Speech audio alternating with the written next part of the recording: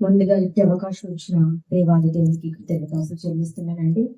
మరి రెండో మాటగా దేవుడు నాకు ఇచ్చిన అవకాశం బట్టి ఎంతగానో నేను కృతజ్ఞత చెల్లిస్తూ చిన్న ప్రార్థన. మహాగరుడా గొప్ప దేవ, మీ పాదాలకు లెక్కలను వందనం చెల్లించుకుంటున్నాము తండ్రి. ఈ యొక్క మంచి శుక్రవారం ప్రభు ఈ విధంగా సంఘముతో కూడి ఆరాధించటకును, నీ యొక్క ప్రియకుమారుడు క్రీస్తు శరీరాన్ని రక్తము భుజించుటకును, జ్ఞాపకం ఉంచుకుంటుకును, అనేకమైన వాక్కులు మీకు నిబంధన చేసుకుంటుకును వేసిన గొప్ప అవకాశం బట్టి వందనాలుగా ఈ సమయంలో మరి మీకు ప్రియకుమారుడు మరి క్రీస్తు వారు శిలువలో పలికిన ఈ 7 మాటలు కూడా ఎంతగానో మమ్మల్ని తండ్రి యొక్క స్థితిగతులు ప్రతిస్పందించే విధంగా మేము తండ్రి మీరు మమ్మల్ని ఉంచినారు. మీకు వందనములు.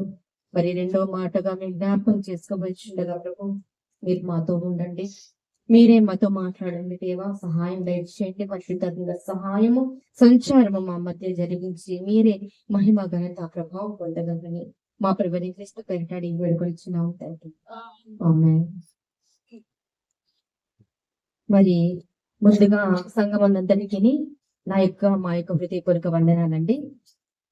చదివిన వాక్య పఠనం ఒక్కసారి మనం జ్ఞాపకం చేసుకున్నట్లయితే లూకాసు వార్త 23వ అధ్యాయము 43వ వచనము. అందుకు ఆయన వానితో, నేడు నీవు నాతో కూడా పరదేశంలో ఉండువని నిశ్చయంగా నీతో చెప్పుచున్నాను అని. ఎంత గొప్ప మాట అండి.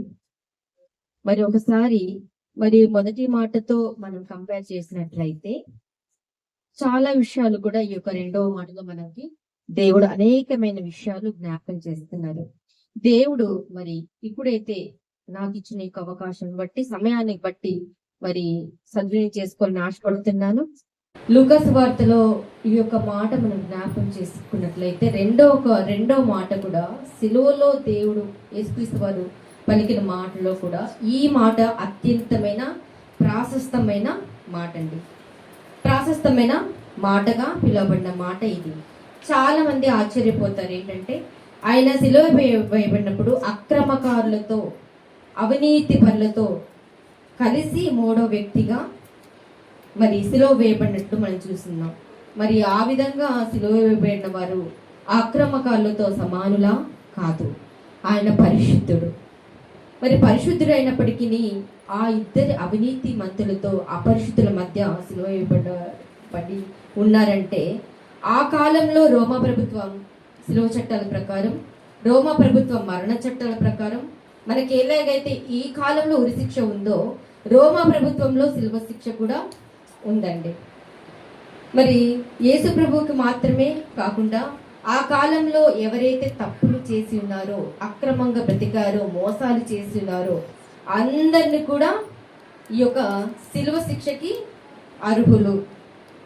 కాబట్టి మరి ఆ విధంగా తప్పు చేయబడిన వారు, మోసంగా బ్రతికిన వాళ్ళు, ఆ బందిపోటు దొంగలు ఆ సిలువ శిక్షకి అర్హులు. కానీ పరిశుద్ధుడైన క్రీస్తు వారు ఆ సిలువ శిక్షకి అర్హులు కాదు. అయినప్పటికీ ఆ రోమ ప్రభుత్వం ప్రకారంగా మరి అందరూ కూడా ఆ విధంగా సిలువ శిక్ష వేయబడడానికి యేసుక్రీస్తు వారిని ఆ సిలువలో వేలాడి తీసుకుపడినప్పుడు మరి అందులో ఆయన్ని ప్రత్యేకంగా చూశారు.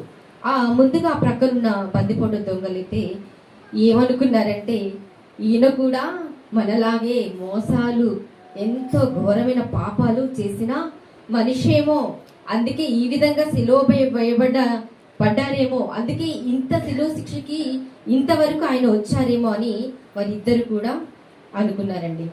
మరి యేసుక్రీస్తు వారితో కూడా తీర్పు తీర్చబడిన వారే ఉన్నారు. ఆ ఇద్దరు వారు బందిపోటు దొంగలు మధ్య కానీ రాజ్యాంగం వ్యతిరేకంగా ఒక నీతిమంతుడుగా శిక్షించబడుచున్నారు. ఈ ఇద్దరు అవినీతి మంతులు ఆ ఇద్దరు తప్పులు చేశారు. వారు తప్పులు కూడా రుజువయ్యాయి. వారు ఎన్నో దొంగతనాలు చేస్తుండొచ్చు, మరి మోసాలు చేస్తుండొచ్చు, లోక సంబంధమైన చీకటి సంబంధమైన పాపాలు ఎన్నో కూడా చేసి ఉండొచ్చు. కానీ క్రీస్తు వారు మాత్రం ఎటువంటి పాపము ఎరుగని వ్యక్తి.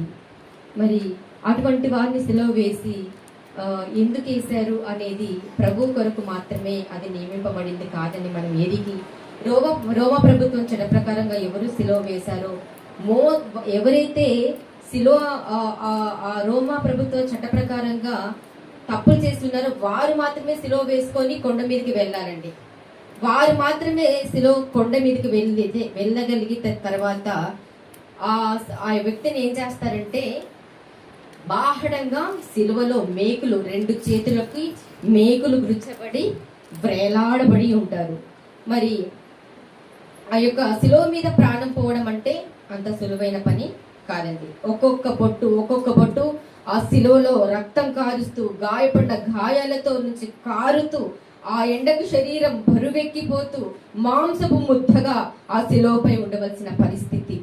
మరి ఆ యొక్క పరిస్థితి యేసుక్రీస్తు వారికి వచ్చింది. మరి మోసాలు క్రూరమైన ఘోరాలు చేసిన ఆ 2 బందిపోటు దొంగలు కూడా వచ్చింది. మరి చాలా మందికి తెలియని విషయం ఒకటి ఉందండి. అదేంటంటే ఆ 2 దొంగల్లో కూడా ఒకడు మంచివాడు, ఒకడు చెడ్డవారు అనుకుంటున్నారు. కాదండి, 2 ప్రభువుని అర్థం చేసుకోలేని వారే. ఆ 2 కూడా మంచితనము లేని వారే. ఆ 2 కూడా మోసగాళ్ళే. ఆ 2 కూడా ఏమనుకున్నారంటే మనలాగే ఈయన కూడా తప్పు చేసి ఈ సిలువ మీదకి వచ్చారని వారు అనుకున్నారు. మరి ఏ నీచ కార్యాలు చేసి ఉండవచ్చో అనే భావజాలంలో వారు ఉన్నారు. మరి యేసుక్రీస్తు వారి గొప్పతనం అయితే తెలిసిన వారు కాదు. మరి ఒక్కసారి మార్కు సువార్త 15వ అధ్యాయం 32వ వచనం చూసినట్లయితే మనకు అర్థమవుతుంది. ఒకసారి చూద్దాం. మార్కు సువార్త 15వ అధ్యాయం 32వ వచనం. ఇశ్రాయేలు రాజుకు క్రీస్తు ఇప్పుడు సిలువ మీద నుండి దిగి రావచ్చును, అప్పుడు మనం చూసి నమ్ముదమని ఒకరితో ఒకరు చెప్పుకున్నారు. ఎవరంటే ఆ ఒకరితో ఒకరు? దొంగలు, బందిపోటు దొంగలు. ఒక్కరే అనుకున్నారంటే ఒకరితో ఒకరు అనుకున్నారా? ఒకరితో ఒకరు అనుకున్నారు. ఆయనతో కూడా సిలువ వేయబడిన వారును ఆయన కూడా నిందించారు కదండి. ఒకసారి మరి ఆలోచించినట్లయితే ఇక్కడ మీకు అర్థం అవ్వాలి. ఈ లూకా సువార్త ఈ ఒక అధ్యాయంలోనే మీకు అర్థం అవ్వాలి. ఇప్పుడు చెప్పండి, ఒక్కరా ఆయన నిందించింది? ఇద్దరే కదండి. అలాగే మత్తయి సువార్తలో కూడా ఒకసారి చూద్దాం. 27వ అధ్యాయము 44వ వచనం. ఆయనతో కూడా సిలువ వేయబడిన పొట్టు దొంగలను అలాగే ఆయన్ని నిందించారండి. 38వ వచనం ఒక్కసారి చదివినట్లయితే, మరియు కుడివైపున ఒకడును ఎడమ వైపున ఒకడును 2 బందిపోటు దొంగలు ఆయనతో కూడా సిలువ వేయబడింది. చూసారా, 2 కూడా అటువంటి వారే అండి, బందిపోటు దొంగలే అని. వీళ్ళు ఎలాంటి వారండి? బందిపోటు దొంగలు అంటే ఎలాంటి వారు? మంచివారా?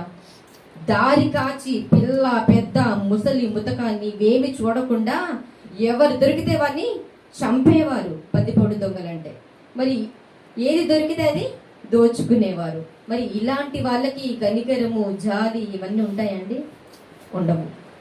కాబట్టి వారు చీకటి బ్రతుకుచు బందిపోటు దొంగలుగా పేరు దాల్చారు. 39, 40, 41 వచనం కూడా మనం చదువుకున్నట్లయితే 39, ఆ మార్గంని వెళ్ళుచుండిన వారు తనలుచు దేవాలయమున పడగొట్టి 3 దినముల్లో కట్టువాడా, నిన్ను నీవే రక్షించుకొనుము, నీవు దేవుని కుమారుడు పెట్టే శిలువ మీద నుండి దిగమని చెప్పుచు ఆయన దూషించింది. ఎంత ఘోరమైన మరి శ్రమలు, బాధలు ఆ శిలువ మీద కూడా ఆయన పడ్డారండి. ఆ రోజు చాలా మంది మత్తోన్మాదులు మాట్లాడుతున్నారు. మరి 3 మేకులు కూడా పీక్కోలేని వాడు నీకు రక్షకుడా అని హేళన చేశారటండి. మరి ఆ రోజే కాదు ఈ రోజు కూడా కొంతమంది మతోన్మాదులు పలుకుతున్న మాటలు ఏంటంటే, మీ దేవుడు 3 మేకులు కూడా సిలువలో పీక్కోలేనివాడు, తను తాను రక్షించుకోలేనివాడు అని అంటున్నారు ఈనాటి మతోన్మాదులు. మరి సాతాను ఆనాటి వారినే కాదు, ఈనాటి సంబంధులు కూడా, సాతాను సంబంధులు కూడా ఈ యొక్క కాలంలో కూడా ఉన్నారని మనం తెలుసుకోవాలి. లూకా సువార్త 23వ అధ్యాయము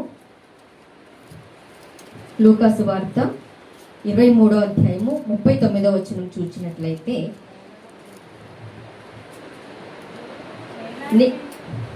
చదవండి.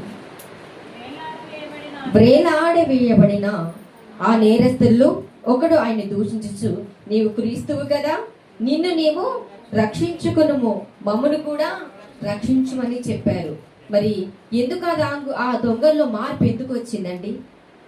ఆ మార్పులో ఎందుకు వచ్చింది అంటే, యేసుక్రీస్తు వారిని సిలువలో చూసిన వారు అందరూ కూడా కింద ఉన్నవారు, సిలువ క్రింద నిలవబడి ఆయన చూస్తున్నవారు, అయ్యో ఈయన చనిపోయిన వారిని లేపాడే, పక్షవాయు కలిగిన వారిని విడిపించాడే, గ్రుడ్డి వారిని బాగు చేశాడే అని ఇవన్నీ చెప్తుంటే ఎవరు విన్నారండి? బందిపోటు దొంగ విన్నాడు. అందులో గ్రహింపు మాత్రం ఒకరికే వచ్చింది, కానీ ఇద్దరు కూడా దేవుణ్ణి అంగీకరించలేని పరిస్థితి. అవన్నీ విన్న తర్వాత బండలాంటి మనసు కరిగిపోయిన ఆ దొంగకు మారు మనసు వచ్చింది. మరి ప్రభు చివరి క్షణాల్లో కూడా ఒక ఆత్మని తీసుకువెళ్ళడానికి ఆయన అర్హులయ్యారు. ఆ శిలువలో కూడా నూతనమైన ఆత్మని సంపాదించుకున్నారు మన ప్రభు అయిన యేసుక్రీస్తు వారు. మరి అందుకే మన పాపము ఒప్పుకోలను, పశ్చాత్తాపాన్ని, మారు మనసును ఇప్పుడు కూడా మరి పొందుకోవాలని ఆయన ఆశపడుచున్నారు. ఇప్పటికైనా మనము ఆయన మనసు కలిగి ఉండాలని మరి దేవుడు చూస్తున్నాడు. పశ్చాత్తాప హృదయం ఉందా? పాపపు ఒప్పుకొని హృదయం ఉందా?